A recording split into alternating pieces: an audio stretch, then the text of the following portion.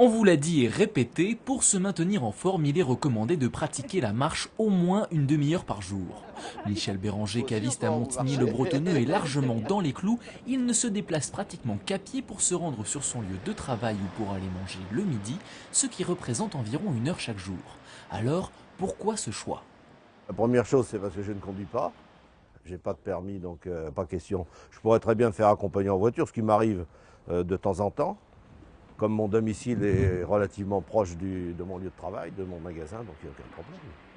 Selon cet Montin, même s'il avait son permis, il continuerait de pratiquer cette activité physique, qu'il vente, qu'il pleuve ou qu'il neige.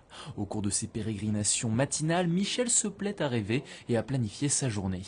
Dans l'ensemble, dans son quartier, il estime que les axes sont suffisamment bien aménagés pour les piétons. Il n'a qu'un seul reproche à faire. Quelquefois, oui, effectivement, je suis irrité parce que, comment dirais-je, les passages protégés, en général, ne sont pas forcément respectés, malheureusement. Et on se rend compte qu'il n'y a pas beaucoup de gens qui marchent. Il y a beaucoup de gens en voiture, bon, quelques-uns en vélo, mais c'est surtout en voiture. Et il y a très peu de gens qui marchent. C'est un peu le sentiment que le piéton n'est pas forcément toujours respecté. Et n'allez pas lui parler d'écologie, à 66 ans, Michel n'a pas attendu la révolution verte pour se mettre à marcher. Pour info, selon le STIF, les franciliens consacreraient 1h20 quotidiennement pour se rendre au travail, contre 17 minutes en moyenne en province.